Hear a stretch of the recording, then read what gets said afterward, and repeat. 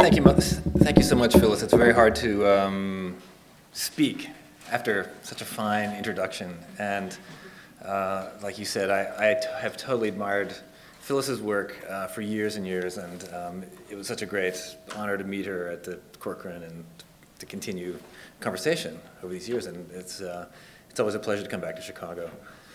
But I'm going to stand back here and get a little feedback. I find it much easier to talk about other people's work than to talk about my own. So I feel like I'm bound to disappoint, when Phyllis talks about my ability to write, because somehow there's something about the artwork, about artworks that I feel insist on or prefer, relish their own silence. And there's something about a slide talk that I feel like betrays so many characteristics of the artwork that interest me. So I feel like I'm doing a little bit of an apology up front. Can we have the slide? I'll put that on so you don't have to look at me exclusively. But one of the things I feel like is a serious betrayal is the silence. I mean, here I am jabbering, talking about the thing when in fact the real relation between this thing and the spectator that I wish for is the interaction of projections and solicitations. The artwork is asking to be looked at in certain ways. People are projecting, and these interactions constitutes a kind of a story that I have no control over. Ultimately, the spectator has the freedom to spin on their heel, walk away, only look at one part of it. And here, if you spin on your heel, you'd be making a gesture, be a point. I might be hurt, and you might resist going. Whereas if in front of the thing without me, you can do whatever you want. Plus, they're things; they're not just images, and they're constituted of matter, and so somehow the relationship of the peanut butter to the image of peanut butter, for instance, is borne out in the paint, in the goo, and so the application of the paint, you witness, you look at vicariously. You kind of you can kind of almost feel a bodily echo. Can we turn this down a little bit? I feel like I'm at the edge of feedback. That somehow the knife is like the paintbrush, and the relationship of the bread to canvas is something that you can viscerally feel. Whereas if I'm here telling you all about it, then you feel like you're being force-fed to some extent. And I guess also there's something about putting images into a sequence is to make a story out of them. It's to say I did this, and then after that came this, and that there's a consequence, there's a connection between them. That didn't really exist either in the studio nor in an exhibition in which the things have somewhat non-hierarchical, non-sequential at least. Sorry. Yeah, sorry, thank you. I could probably get a little closer. So I'm kind of urging you all to some extent to not listen to me, and to try to kind of read past my insistence on one story to obtain at least some kind of sense of your own. What I'm going to do is a somewhat garden variety slide talk with the story of my work from the beginning, although I'm beginning recently. These last three paintings we've looked at are from the last couple years they were in my show or around my last show. And in some ways, I think of them as reflections on purity or whiteness, the snow being somehow a stand-in for the paint, either the innocence of the characters represented or something of the narrative toying with this idea of purity. Here, I guess, also kind of using what Phyllis mentioned in the quotes, vernacular imagery. I got this particular image from a T-shirt in Miami, but almost any oceanfront holiday resort area will have some version of this image of porpoises, dolphins, whatever they are, just flying out of a wave. You get wave sculptures, wave T-shirts, And there's just something so ridiculous and ecstatic about it that I thought I wanted to kind of log in. In a way, maybe it's like doing a cover song. You know, you've got a standard song. You want to render your version of it. This is a very big painting, and in some ways I kind of think of it as an ode to ass.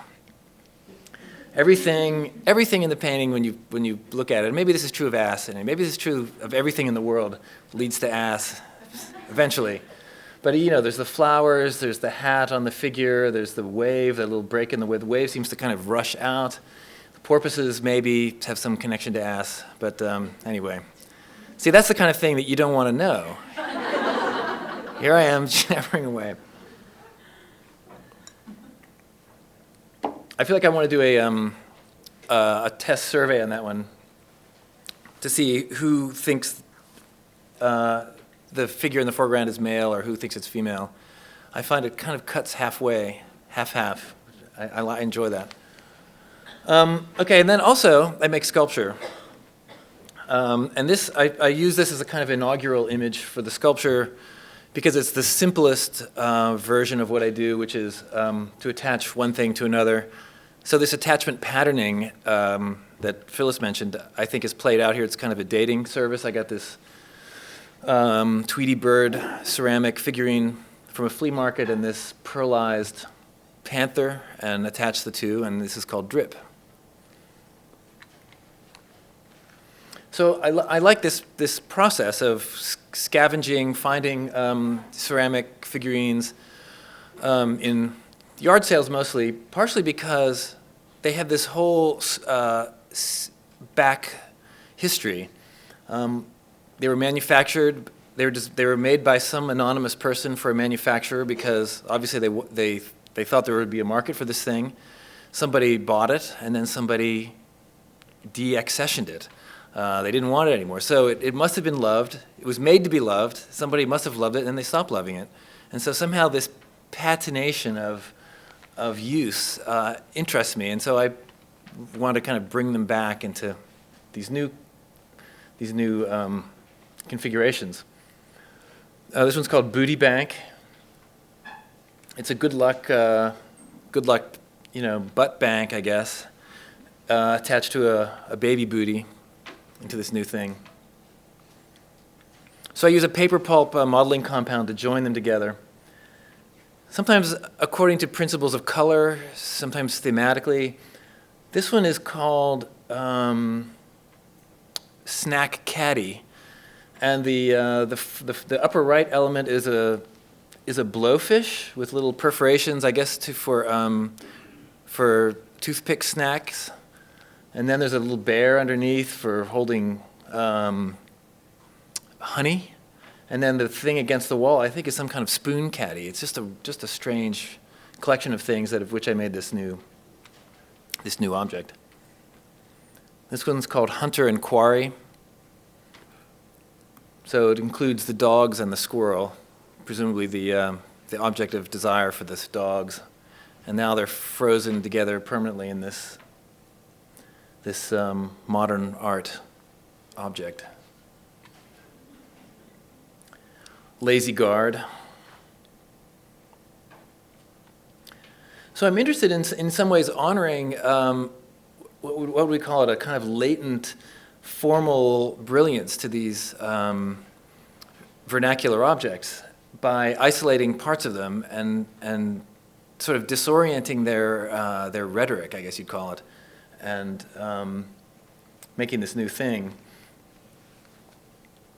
So I feel like it's not a kind of condescending or pop attitude that I'm taking towards them, but rather a sort of misuse principle by which I feel like in some ways I'm repairing them, maybe, but it's a sort of, or that it's a kind of a bit of a love act, but it's a little bit of a mutilating love act. And these are all from the mid-'90s, moving into the late '90s. This one changed. Now it has that lotus flower up on top now is the holder for a little cactus. So, and somebody bought this thing, so it comes with a little bit of a maintenance responsibility. You have to actively water this sculpture. That's a poodle hanging down below. You'll see the poodle story will evolve. I love ceramic poodles, partly because they're depictions of already highly artificed animals. So, I think of a groomed poodle a little bit like a sort of living topiary, and so somehow the ceramic figurine is like three steps of depiction, 3 layers of. This one's called. This is a garden.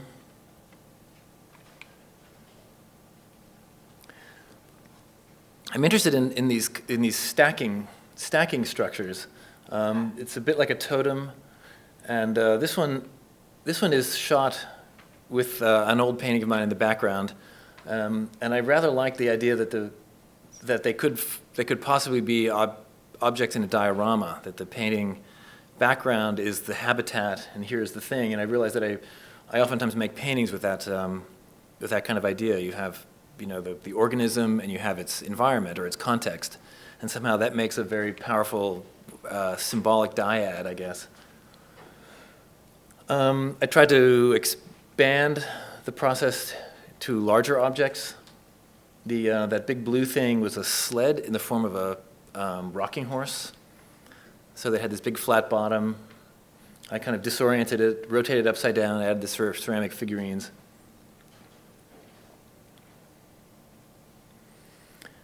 I guess I feel like I'm responding to something requested of me from the object. I feel like that in this case the sled is asking to be ridden, to be mounted, and so somehow the way I mount it is slightly different from what it's asking for, but in a way somewhat consistent with its request.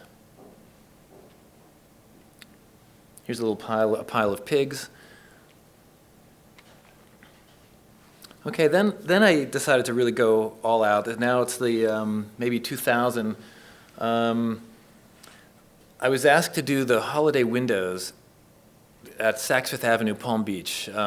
They were inviting artists to come and do art in their windows. Vito Conci did one, and Charles Long did some, and I thought, well, if it's good enough for them, me too. Let's go.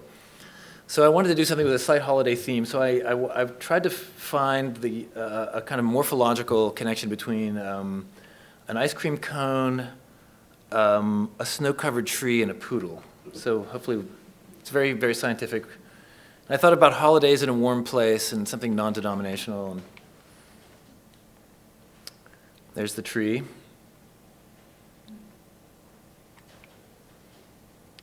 And there's the poodle. So you can kind of get a little running start, but I'm very interested in these, the kinds of connections one can establish in resemblance. I think maybe relations of visual similarity constitutes part of the grammar, I guess, of painting, sculpture, the way something looks like, seems like, those kind of connections can be really elaborated and built up into essay-like structures. Here's this is like a pile of melting ice cream goo topped with ceramic poodle jimmies. Let's see if we have a close-up of that. So there's some actual drips on it and kind of cartoon depictions of drips. These things are about 6 feet tall. There they are. A fine collection.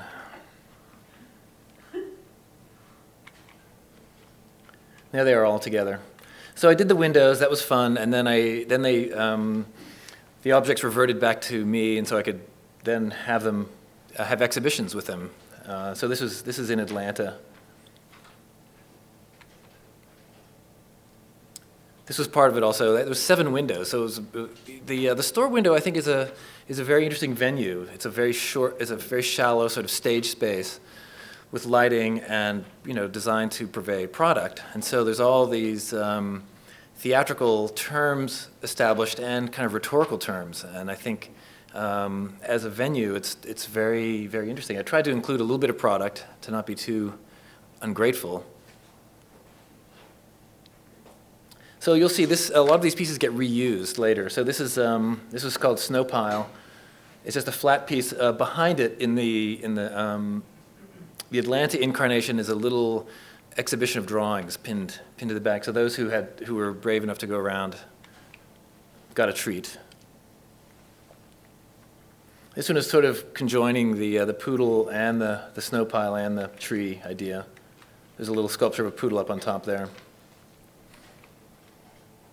Okay, now we go back to my undergrad days as a cub in New York City, wanting to kind of to find a way to mix pop and surrealism and cubism. Those were my kind of holy trinity of interests. And in this sort of ridiculous, awkward way, I went for a few years in this mash of imagery, and eventually I could not bear it, and I decided to scour it all down to zero, and started to just paint poles. And so this in a way is a couple. I thought of it as kind of a man and a woman, I guess.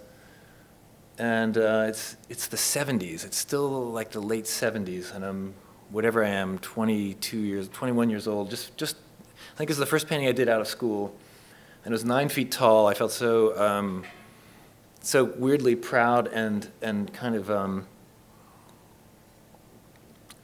eager to do some kind of existential theatrical painting.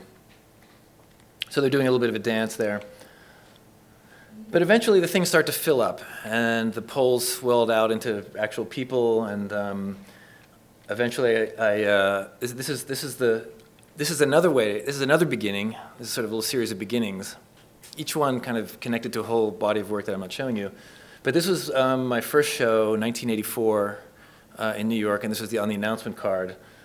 And I thought of it as the crying man, already sort of a bit of a turn of a cliche, but maybe he's not crying. Maybe he's, it's a sort of, it's playing out some kind of pathetic fallacy. He's not crying, but the rain, nature cries for him, and somehow he lights up the lamp. Is some kind of internal feeling. These are feelings for a guy.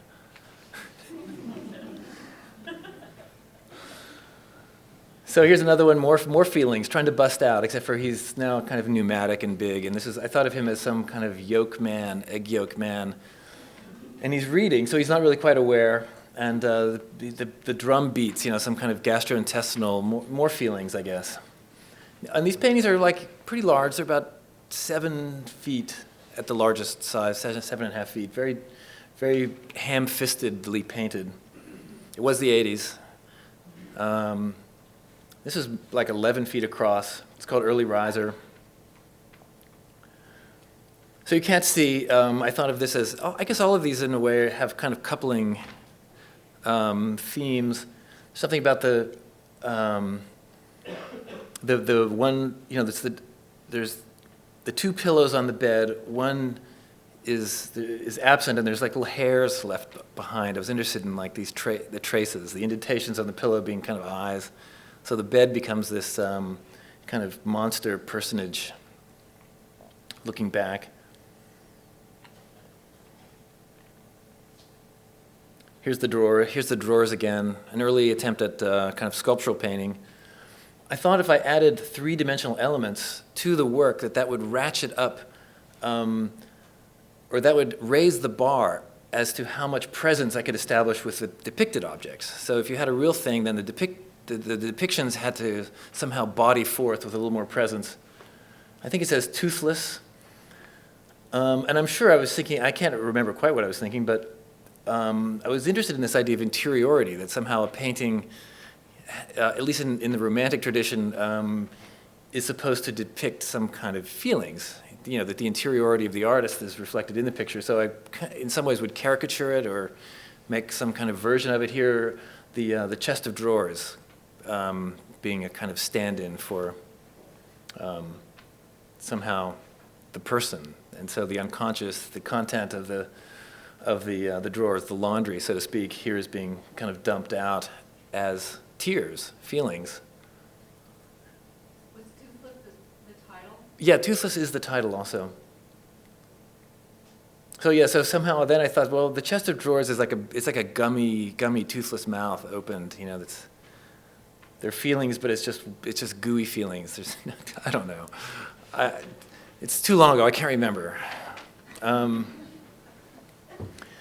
But this idea that somehow one could make depictions of bodies, or that the painting itself could be like a body surrogate, interested me, and so I was looking for other ways to sort of get perhaps to the inside, to make almost anatomical pictures. And here there's a tricycle, somewhat minus its seat, minus its front wheel, now standing for there's a kind of a fuzzy head up there, but I thought of this as an analogical anatomy, sort of medieval style.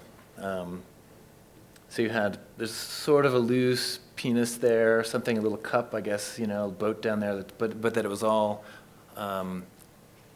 subtly bodily. So we're advancing into the late 80s now, and still thinking about kind of anatomical things. I had a kid around then, and so my life was measured in disposable diapers, to misquote Eliot. And I was interested in the way the disposable diaper seemed to be a kind of painting support surrogate. I guess I was interested in sort of those kinds of metaphors, like the painting as a byproduct. Anyway, empire. I think of babies as, in a way, little imperial tyrants, I guess. So I tried to mix these things together into that painting. This one you can't see very well. It's called Love Letter. And so you can see the letter. It's out of focus. It's a painting of a letter, and what you can't see in black there, sort of emerging from that center black blob, there's a mouth, a disembodied mouth with a tongue licking the letter. And I guess I was interested in the idea that letters are a kind of a displaced lick, that every letter at that time had to be a lick. So the mail system was this kind of massive exchange of licks. And somehow I thought that was kind of funny, interesting form of connection.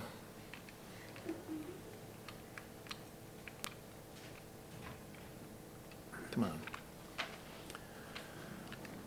I was also interested in the idea, and it was at a time in the 80s in which painting was supposedly being interrogated. It was, death of painting, a lot of talk about the death of painting, a lot of questioning of the underlying ideology of painting itself as perhaps phallocratic, paperhaps in inadvertent support to various ideologies. And so I was thinking about painting and memory and its capacity for imagination and the history of painting and how these things could be somehow folded into the theme of a painting. And so I was looking at a lot of early American imagery, images that bespoke collectivity, like American Eagles and kind of nationalist imagery, and so I wanted to sort of scramble them into these new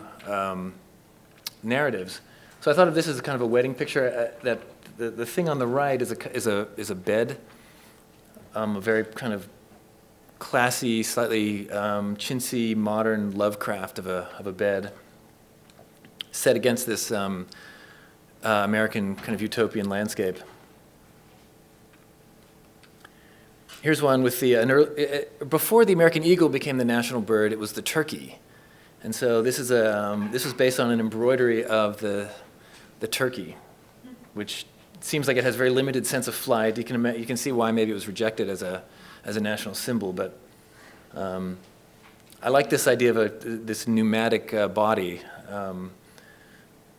sort of a. I also, it was at the time when my kid was very young, and so I had a lot of kind of suck objects around, and I was interested in this idea of the mouth as a primary organ of perception.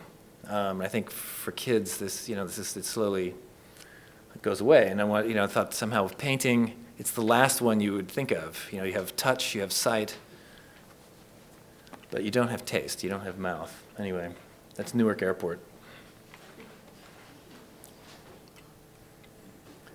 More anatomical material. This is an early crying clown, an image that that I developed later, a little more fully. The circus tent. So I was interested in trying to thematize the matter of paint. It seems like part of the business of having painting being interrogated is that you have to justify it, and maybe it's something people still do in school a lot. Like, why paint? Well, why not something else? Well, paint has this kind of gooey, liquid character, and maybe its very liquidity could be, conscripted to a theme. So I was looking at various ways to depict liquid, or, to thematize it, and so the Rorschach, I thought about the Rorschach as sort of the sign of, it's a automatist image that is designed to solicit projections. It says, please, what do you see here? And so I made some images of that and then played with it. This is an anagram of my name, Hup, my avid herd, which I thought was, in a way, a kind of an allegory of the self, I guess. One part of you says to the unruly gang of other parts, Hup. So here's another Rorschach image. I was interested in. I felt one of the things I felt and was frustrated by in my paintings from the '80s was that they were always taken as first person. That this was somehow a testimony of the feelings of David Humphrey, and I thought I had different aspirations, and so I wanted to complicate my voice without stopping to paint. So I was looking at ways. One of them is automatism, to kind of spill paint and have it break free of, let's say, my will. And the other one was photographic imagery. The photographic image has a different kind of character, different information character, perhaps, it's a little more anonymous, and the dot. And so I was looking at newspapers and dot matrix reproduction to construct images.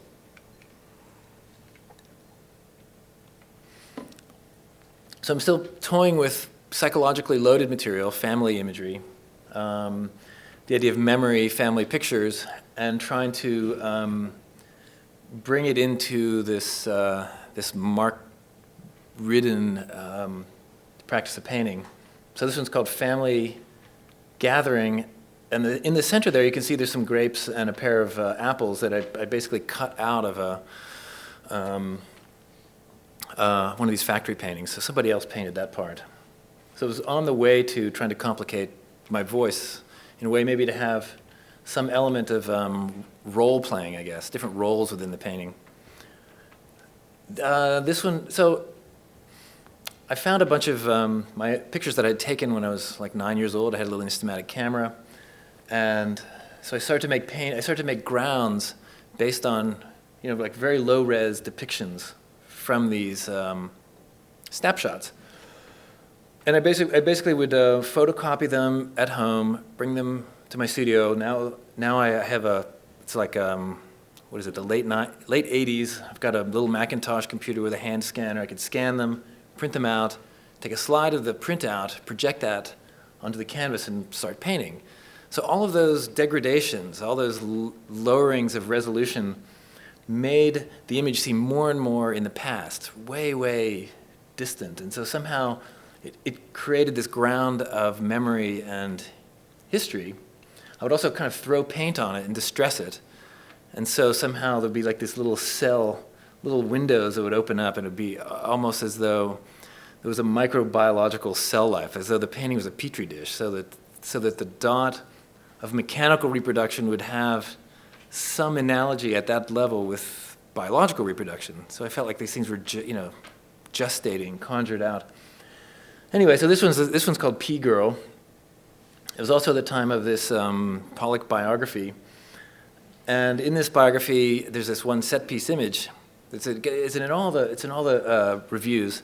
Jackson is He's with his dad. He's at the Grand Canyon, and he watches as his dad pisses on a rock.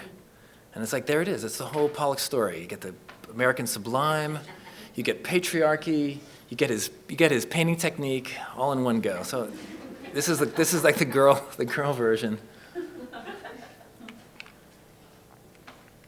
That's my mom and my sister. I liked painting in the dark. I liked starting these things.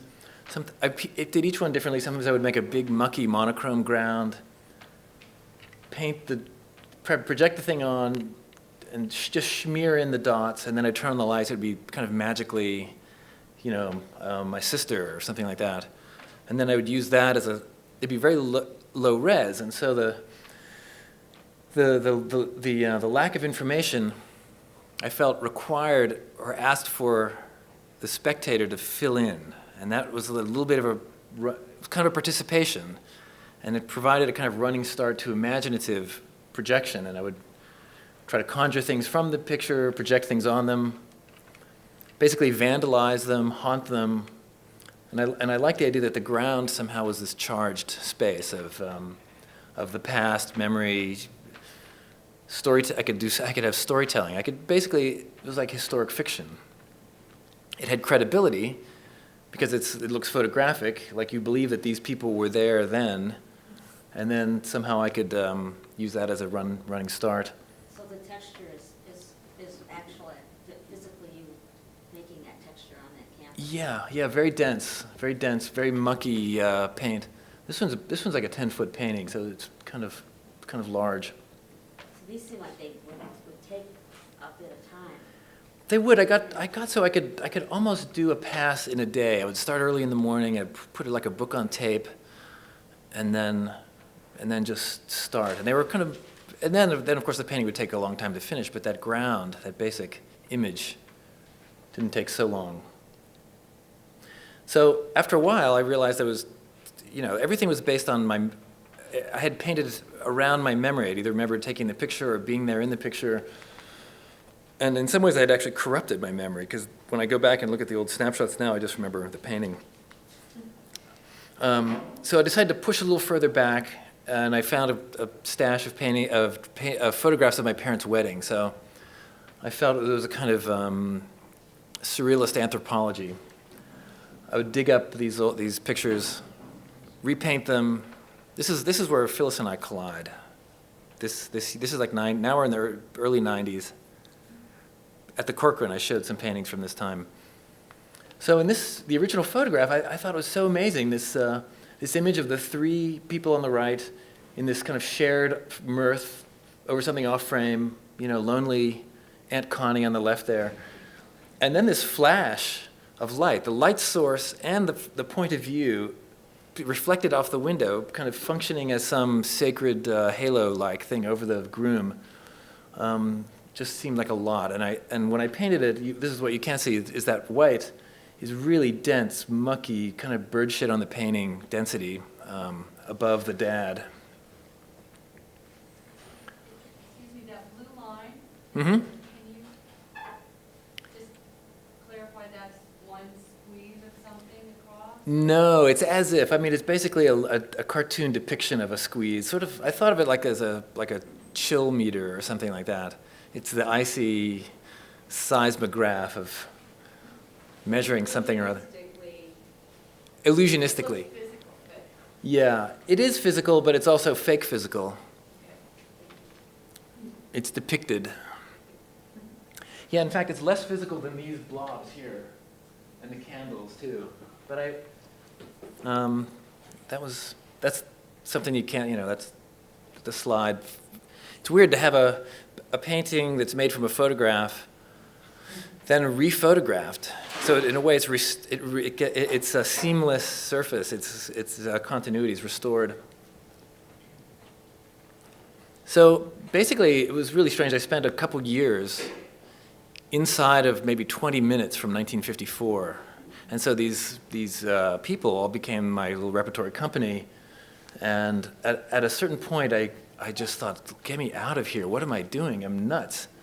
But they became slowly more and more detached from their early, the marital context.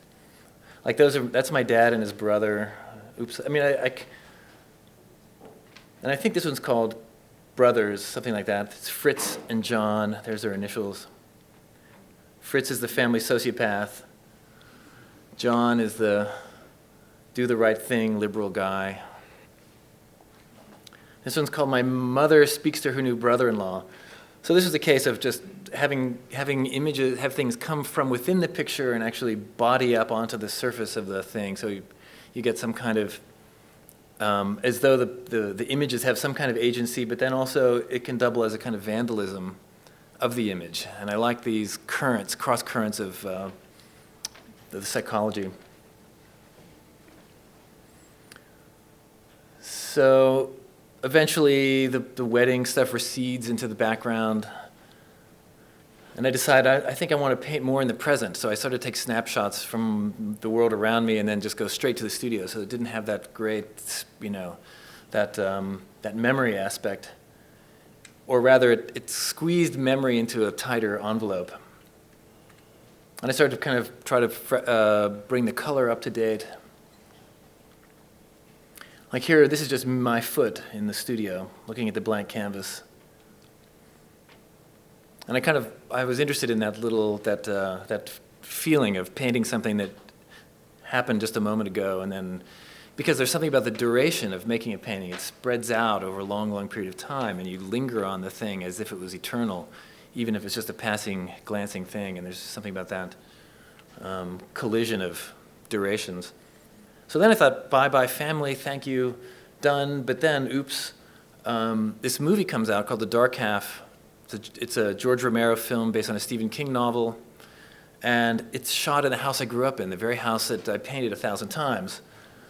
So by this point, I've got a slightly better computer, and I can import images from it.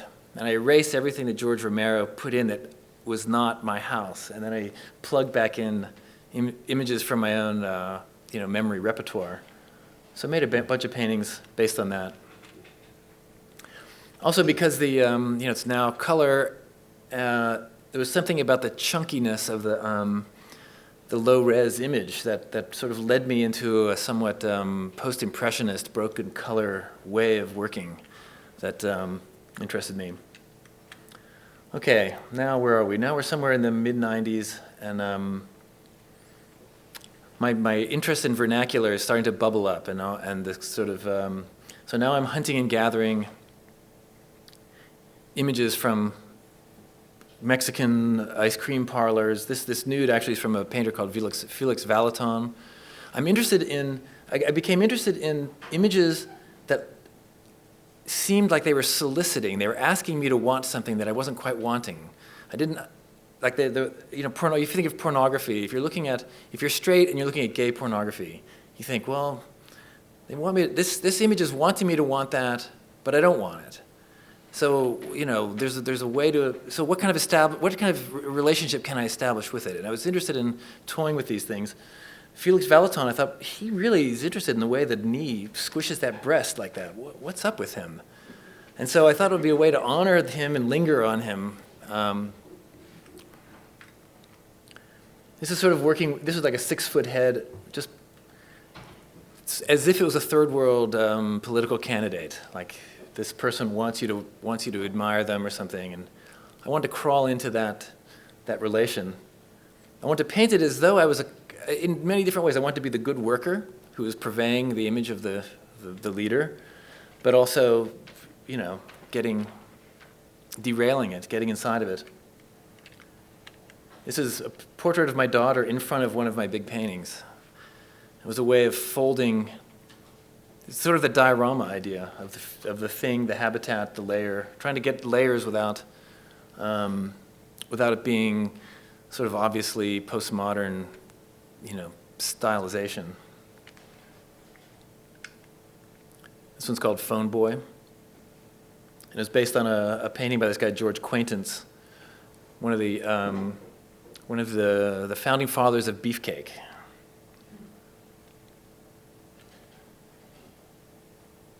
So I did a bunch of paintings trying to marry beefcake with cheesecake. So I would dig up some images, that are equally strange things. Like in here, like, look at, how is that guy packed? It's really hard to figure out. I've tried to do a really devotional image of it, tried to really get it right. Same with her. And here they are, it's like an Annunciation.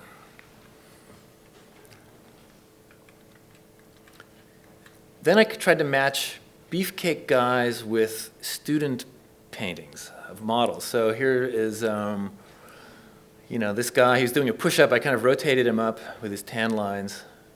And they're both kind of speaking a shared one flowery voice. Here you get somebody else. I tried him out with all these different models. Here he goes, proud. Some of these are small, some of these are big. I'm not really describing them. Here they are in happy Candyland Swan world. And there they are in the high desert.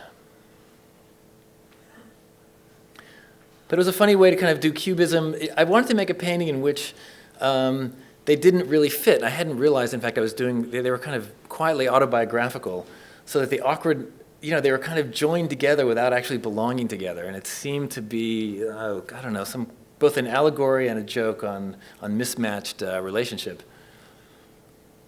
But at the same time, I wanted to make them, sort of light-filled and beautiful. I wanted them to fuck up in really strange ways. And so I think people weren't sure whether these are just bad or is trying to be bad, William actually showed these paintings. What did you think? Bray, I gotta say, this was my Chicago moment.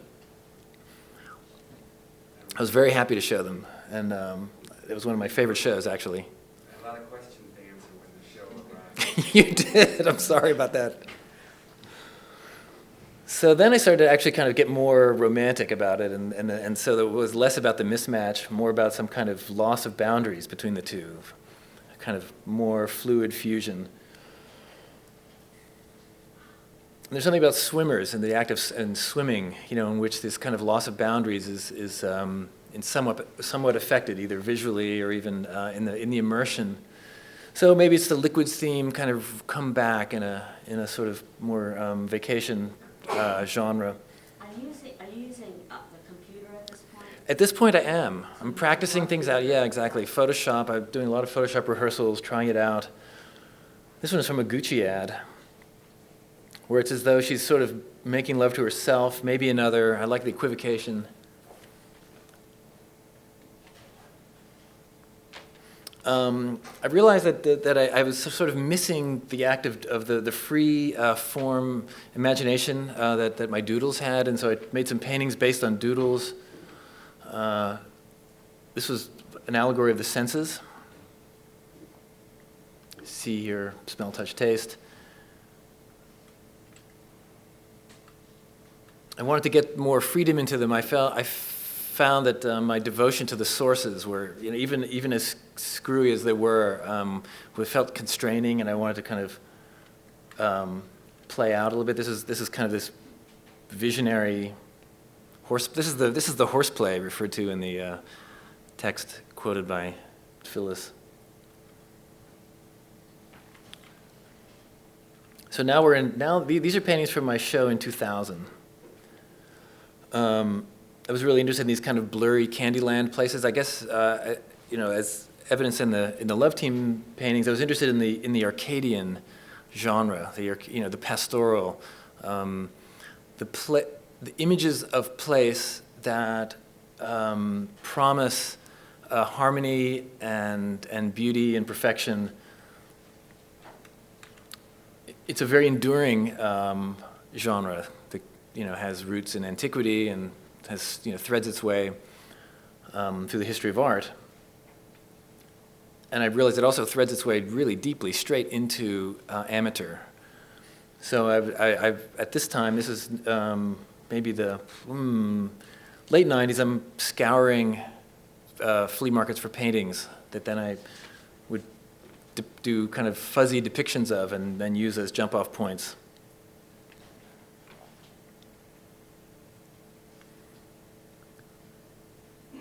Self-portrait. So I'm interested in this, I guess, the image of reverie, this idea of loss of boundaries as sort of inaugurated in those love teams now, sort of played out a little more, in the swimmer subject, where here it's the image of the swimmer from under the water, the head's lost up above, but almost as though ascending. Here comes a really happy swimmer, and I guess I love the images of smiles. When you have a smile, there's something, especially when the smiler closes their eyes, it's as though their mirth causes them to lose connection to the outside world, and so that somehow to make a picture of a closed-eyed smiler somehow is a lead to a depiction of their interiority, and in this case, the total loss of boundaries under the water. So in a way, I think of this, I guess, when I said about the earlier one, I feel like this might be some fusion of cubism, pop, and surrealism.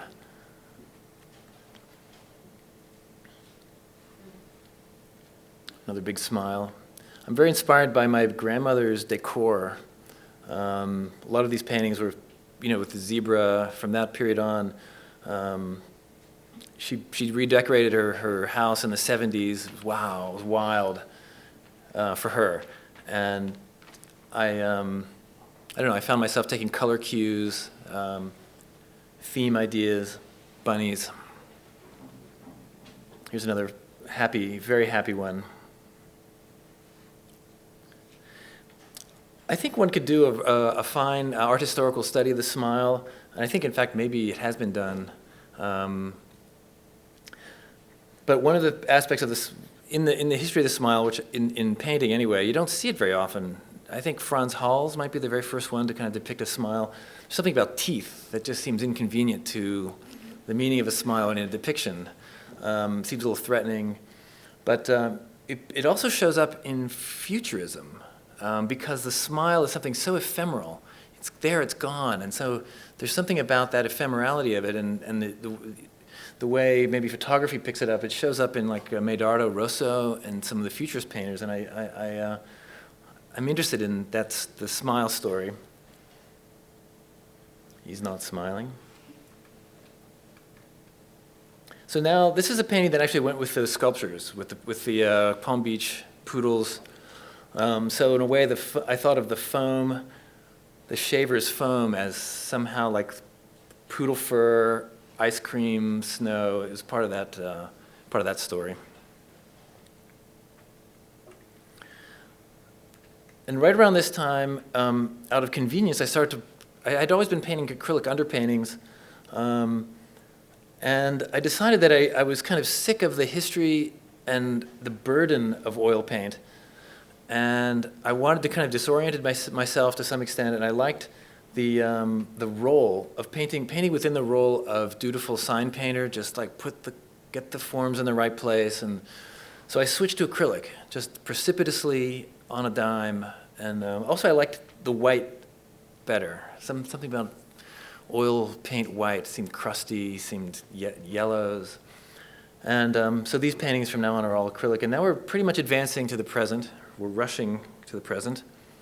This was a painting from my show last year. So still kind of now we're in the sort of the alpine Arcadia, the snowy Arcadia. Whiteness, in some ways, both being the paint, the sort of the purity of the white paint, but the kind of chilly purity of the land. I also like how the whiteness kind of would isolate all the parts. All the color would beam out.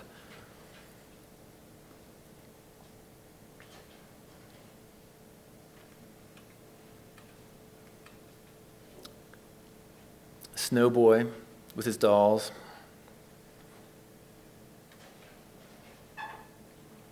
This one's called Thanks. Oh, there's dirt on this thing. I'm sorry. It used to say thanks across the sky there. That turned into a rainbow. And then it used to say thanks on his bag, on his little bag. Thanks for shopping. And then it finally migrated off the painting to just be the title. But there he is in his Uggs. And his sailor cap. I don't know. I don't know. The closer these paintings get to the present, the less I understand them. I leave that to you. This one's Consoler. I like sometimes having the image of the hand come into the painting. So in a way, it's sort of like the hand of the artist making the painting, but in this case, serenading the crying man. Now you can't really tell if the music is cheering him up or actually causing him to cry.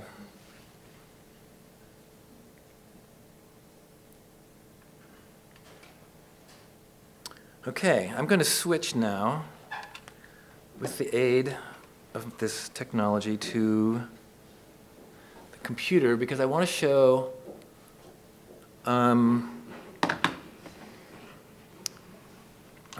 this one sculpture from my last show.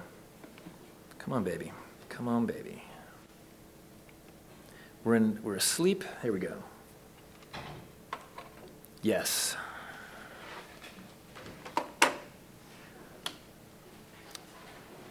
So I wanted to make a sculpture of a wave. It seemed like one of the most unlikely things one can do. A wave is what is it? It's an operation. It's not. There's no singular thing. The idea that somehow, first of all, of arresting it, of stopping it, is ridiculous. And the other thing is to kind of segment it off and make it into a thing is ridiculous. And yet, you see sculptures of waves all the time at the beach. And so I thought I want to kind of log into this genre. So I made this thing. It's called a movable wave hutch. And these are installation shots from my last show. So you see paintings kind of peeking through from behind. But it's quite large, and it has niches in it to store. What else? Uh-oh, I gotta wait. This is the foam. You can see the foam coming off the waves. Here we go. To store the poodle collection.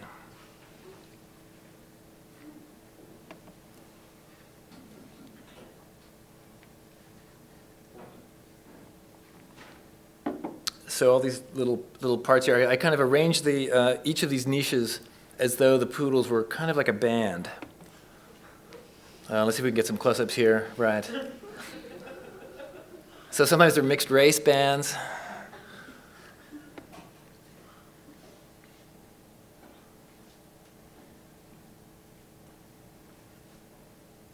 But I found it.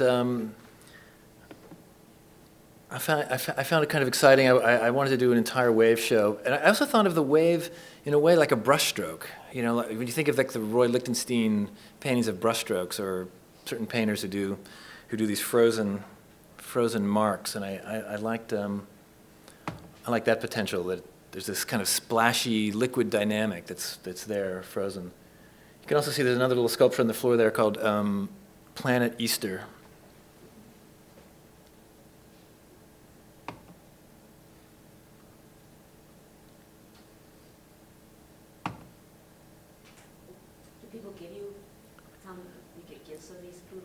I should. I feel like I've earned the right to get these gifts, but no, these are all eBay, and they're pretty much like $2, $3 each. But I had to buy each one, and so it was this. It was like my inauguration to eBay. I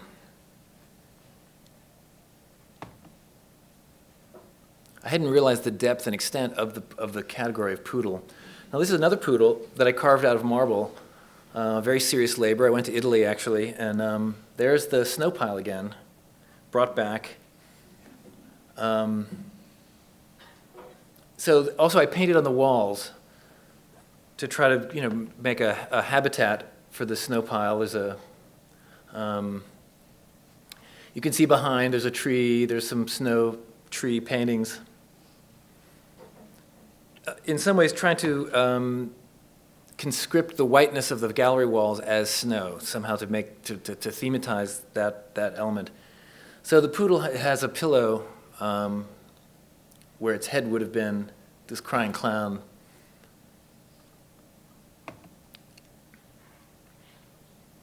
So I like the idea that the pillow is stained, as though, that the face on the pillow is like somehow the stain of a face that, maybe was crying into the pillow. Like the, what do we call it, Veronica's veil. I really worked hard on that. I carved it for 3 weeks. Carving is like, it's a fantastic art. It's a strange arcane practice that is now only performed by artisans, but which the thing I learned, I guess, is that it's really about light. Oddly, you think it's about